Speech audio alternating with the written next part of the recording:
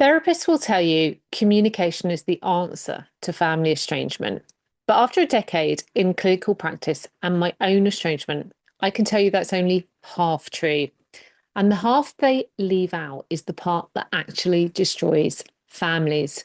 I remember standing in my mother's kitchen trying to find the right moment to say something honest, something real, and watching her face change before I'd even finished my sentence.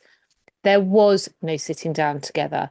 There was no agreed conversation. And any attempt I made to raise something that mattered to me was met almost immediately with deflection, with escalation, with tears that somehow made me the problem, or with a kind of angry, cold dismissal that left me feeling like I'd imagined the whole thing. She did not have the capacity to hear me without it becoming about her. And so nothing ever landed. Every genuine attempt at honesty hit a wall of self protection so automatic that I'm not sure she even was aware that it was happening.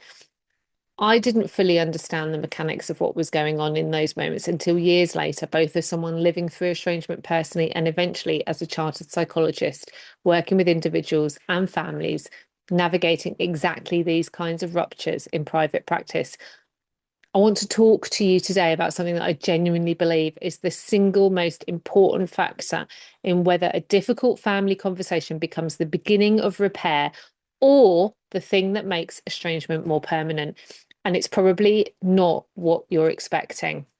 For over a decade, I've been working as a chartered psychologist in private practice. A significant part of my clinical work focuses on family estrangement, relational trauma, and the complex emotional landscape that people find themselves in when family relationships break down.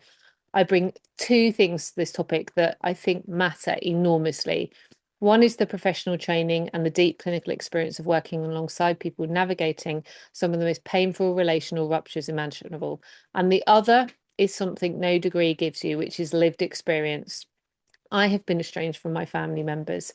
I know what it feels like to sit with that grief, that confusion, that impossible question of whether to reach out or stay away. And that dual perspective shapes everything I share with you. So let's get into it. Most people who come to me are asking some version of the same question. They want to know whether they should try to talk to the family member they're estranged from or the family member who is estranged from them. They want to know if a conversation could help resolve things. They want to know what to say it, how to explain themselves clearly enough that the other person finally understands. And I get it. That impulse makes complete sense. We want to believe that the right words in the right order would unlock something. But here is what I've come to understand after all of these years, both in the therapy room and in my own life. The words themselves are almost secondary. What determines the outcome? I'm not saying they don't help, by the way, but what determines the outcome of a difficult conversation with family member isn't the script you've prepared or even the specific issues on the table. The real dividing line is whether the person you're talking to, and honestly, also whether you yourself have the emotional capacity to stay present when that conversation becomes genuinely painful without shutting down or firing back. That is it. That is the thing. And before I give you examples of what this looks like, I want to make a very important distinction early on because without it, this whole idea can be very badly misunderstood. When I talk about tolerating discomfort, I am not talking about tolerating ongoing mistreatment. I am not talking about sitting through abuse, being shouted at, being shamed, being manipulated, or proving your emotional maturity by staying calm while someone harms you. That is not repair, that is self abandonment. The capacity I'm talking about is the capacity to tolerate the discomfort of genuine accountability, not the capacity to endure harm. And there is a world of difference between staying present with a difficult truth and staying trapped in a destructive interaction. And I want you to hold that distinction in mind as we go through this, because that's the nuance that makes everything else useful. So when I say capacity, I don't mean endless tolerance. I mean enough emotional regulation to remain in contact with reality, with the other person, and with your own integrity when the conversation becomes hard. And I know that might sound almost too simple, well, or not, but stay with me because I want to show you what this actually looks like in practice and why it explains so many of the failed reconciliation attempts that people describe to me week after week. So let me tell you about Daniel. Daniel reached out to his estranged father after 3 years of going no contact. He'd done a lot of work on himself in therapy. He'd written a letter, he'd rehearsed what he wanted to say. He was not going in hoping to win an argument. He genuinely wanted to rebuild something. And because he wanted it so badly, he was careful. He softened the edges. He chose his words with almost surgical precision. And he kept reminding himself not to accuse, not to blame, not to make it too much too quickly, all the things that we work on in therapy. The conversation started okay. His father was listening, he was nodding. He even said at one point, I know I made mistakes. And Daniel felt that tiny opening that people in estranged families know so well. That moment where the body starts to hope before the mind has permission to. His shoulders dropped, his voice became steadier. He allowed himself to say something more honest. He said that during his teenage years, he had felt abandoned, not unloved necessarily, not even hated, abandoned. And that was the word that changed the room. Daniel described it later as if a shutter had come down. His father's face hardened. He saw his jaw sort of move slightly. His eyes stopped meeting Daniel's and started looking like just past him. There was a pause, but it was not the pause of someone taking something in. It was the pause of someone bracing. And then his father began to explain, at first quietly, then faster, then with that particular force people use when they're trying to outrun shame. He told Daniel he had no idea how hard it had been to be a parent. He reminded about money, work, how difficult Daniel had been, about all the things Daniel had apparently forgotten. And within minutes, the entire emotional centre of the conversation had moved. It was no longer about Daniel's experience. It was about his father's need not to feel like the kind of man who could have abandoned his son. That is the crucial detail. Daniel had not attacked him. Daniel had not called him a monster. Daniel had not demanded that he collapse in guilt. But the word abandoned touched something in his father that he could not metabolize. You could almost see the sequence, the sting, the shame, the threat, the urgent need to restore himself as a reasonable, misunderstood, unfairly accused person. And because he could not stay with that internal discomfort, he moved it outward. He defended. He counterattacked. He rewrote the narrative so that he could survive inside it. The conversation didn't just stall now, it became another injury. And Daniel ended the conversation feeling more alone than he had before he started it. So, what happened there? Daniel's honesty touched something in his father that felt threatening. His father, rather than being able to sit with that discomfort, did what most people do as human beings when they have not developed the capacity to tolerate emotional pain. He self-protected. And this is not about Daniel's father being a villain. I think one of the most important reframes I can offer you is this one. The people who collapse into defensiveness during painful conversations are not usually doing it out of cruelty. They're doing it because they genuinely do not have the internal capacity to do anything else in that moment. It's their nervous system. It experiences the emotional exposure as a threat and it responds accordingly. It doesn't make the impact on the other person any less real or any less painful at all. But it does change how we understand what went wrong and whether there is any realistic hope of it ever going differently. And so, what is this capacity exactly, and can it be developed? So, that capacity I'm talking about is the ability to remain emotionally regulated when you are confronted with things that are genuinely hard to hear.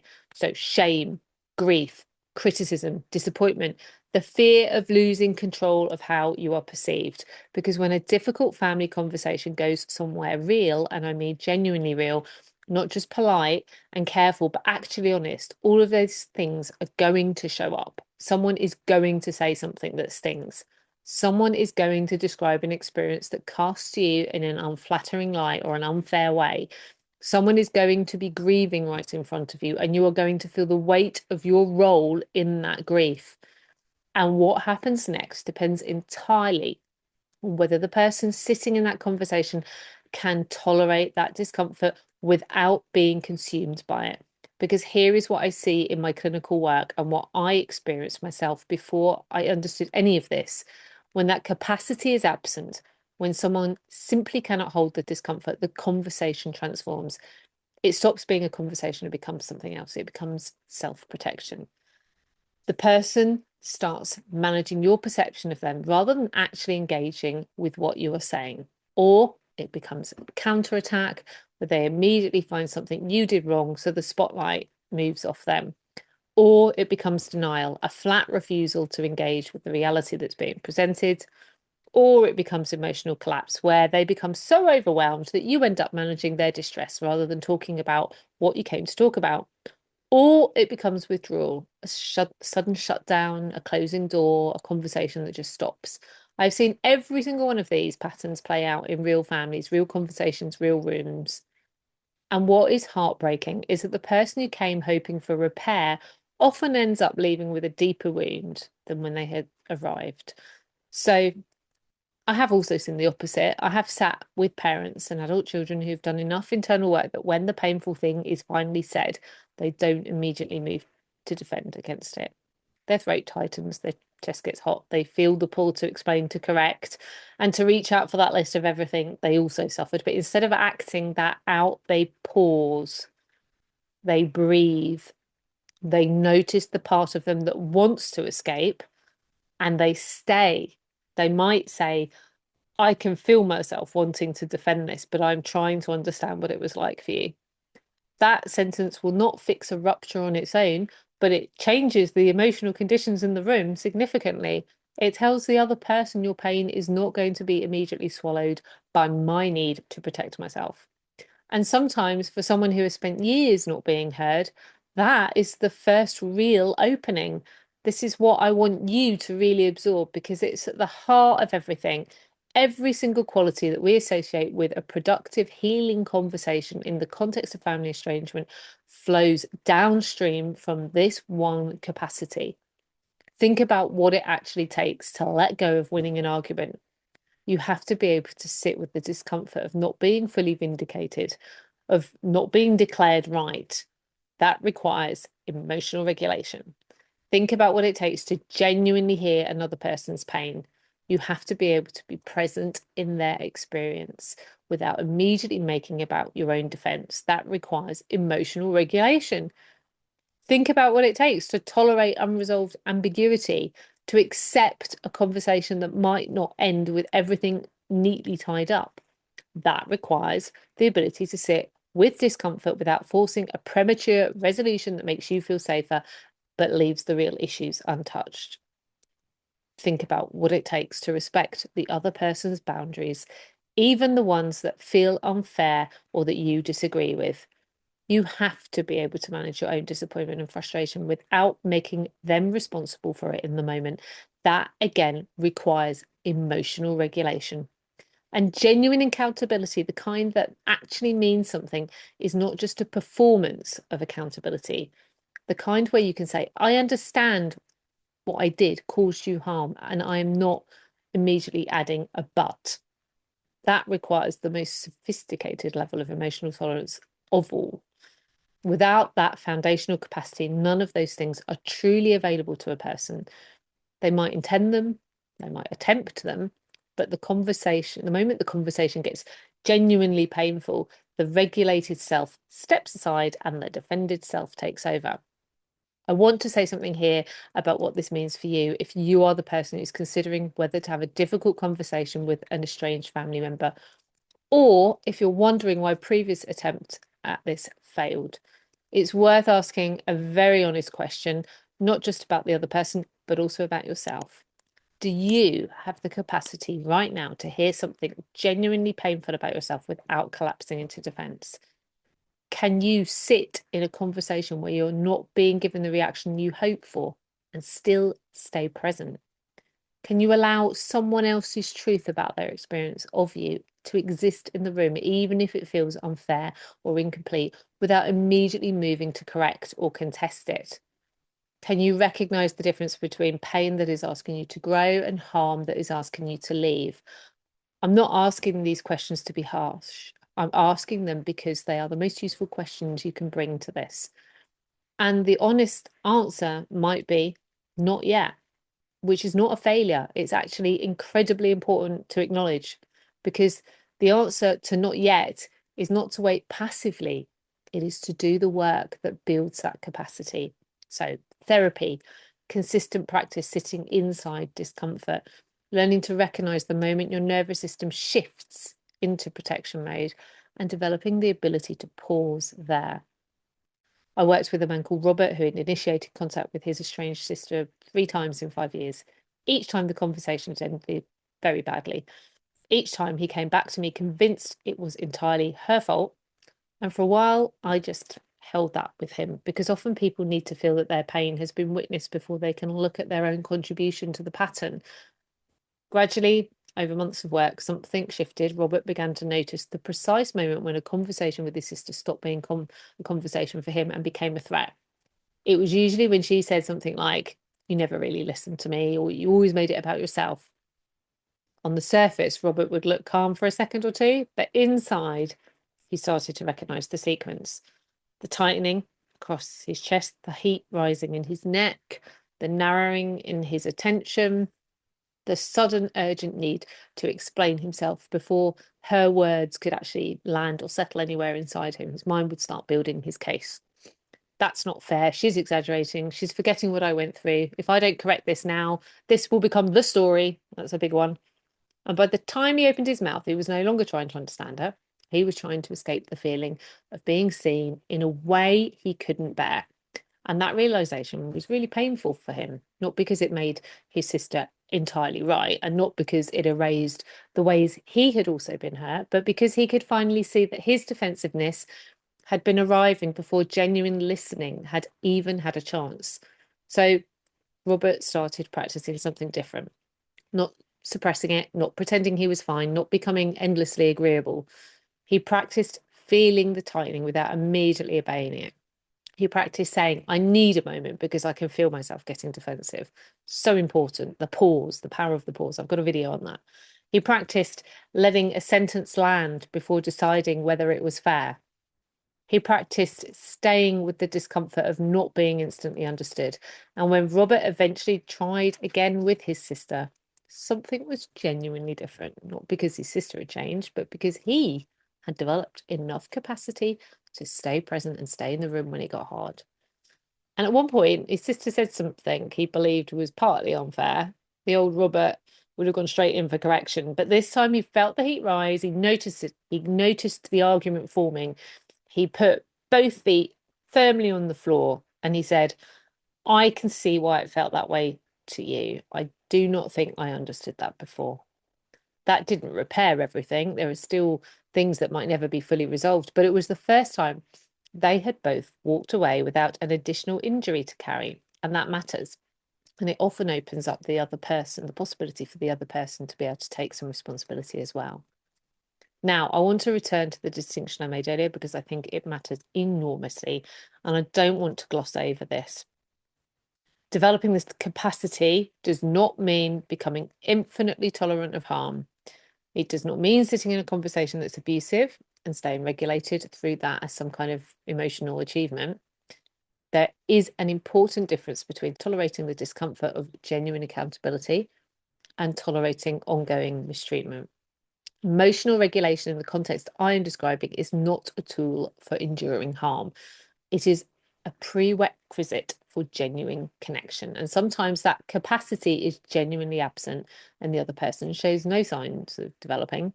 And the honest and self-respecting answer is to recognize that a productive conversation is not currently possible, not because you've given up on them as a person, but because you are being realistic about what is actually possible.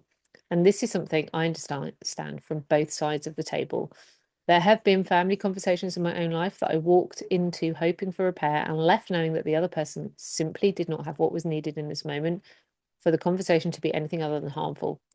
The recognition was painful. It was also clarifying. It taught me that one person's readiness is not enough. Both people need some version of this capacity for a genuinely healing conversation to be possible. But here is what gives me hope, and what I have seen over and over again in a decade of this work. The capacity isn't fixed. It's not a personality trait you're born with or without. It's something that can be developed, strengthened, and explained. I've watched people who seemed utterly incapable of sitting in discomfort. Gradually build the kind of emotional tolerance that allowed for meaningful conversations with family members that they had been estranged from for years. It takes time. It takes support. It takes a genuine willingness to look at yourself honestly. But it is possible. And perhaps most importantly, you don't have to wait for the other person to develop it before you start developing it in yourself. Because even if a reconciliation conversation never happens, even if the estrangement stays in place and remains, the work of building your own capacity to sit with discomfort and stay present changes your relationship with the grief of it. It also helps you in your life. It changes what you carry. It changes how you are in every relationship you have.